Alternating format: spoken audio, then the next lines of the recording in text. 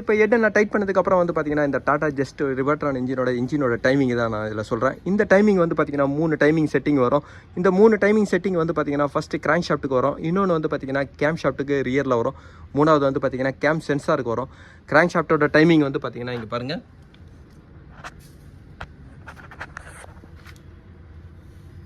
Friends இதுதான் வந்து பார்த்தீங்கன்னா ஒரு கிராங்க் ஷாஃப்ட்டோட டைமிங்.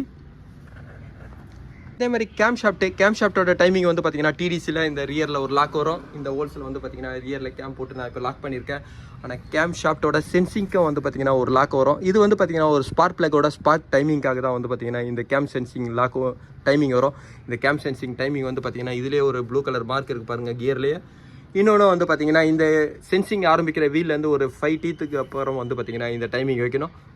1 2 3 4 5 டீத்தில் வந்து பார்த்தீங்கன்னா இந்த கேமிங் சென்சிங் வந்து பார்த்தீங்கன்னா ஸ்ட்ரைட்டாக இருக்கணும். இதுதான் இந்த கேம் சென்சாரோட டைமிங்கு. இந்த டைமிங் வச்சு தான் நீங்கள் ஃபிட் பண்ணோம். இல்லைனா வந்து பார்த்தீங்கன்னா ஒரு மிஸ்ஃபயரிங் வரும். மிஸ்ஃபயரிங் வரும்போது வந்து பார்த்தீங்கன்னா இன்ஜினை ஹீட் ஆகும். இதோட ரீசன் வந்து பார்த்தீங்கன்னா இந்த டைமிங் மாறினா கூட வரும். அதேமாதிரி இதை பெல்ட் ஃபிட் பண்ணும்போது இந்த கேமோட ஃப்ரீ ஃபிட்டிங்லேயே தான் ஃபிட் பண்ணோம். அதே நேரத்தில் இந்த கேமோட டைமிங்கே வரணும். இப்போ நான் டைமிங் பெல்ட் வந்து பார்த்தீங்கன்னா இதோட ஆஃப்டர் மார்க்கெட் டைமிங் பெல்ட் தான் நான் ஃபிட் பண்ணுறேன். இப்போ டைமிங் பெல்ட்டை நான் ஃபிட் பண்ணுறேன். ஃப்ரெண்ட்ஸ் இதோட டைமிங் பெல்ட்டை நான் ஃபிட் பண்ணிட்டேன்.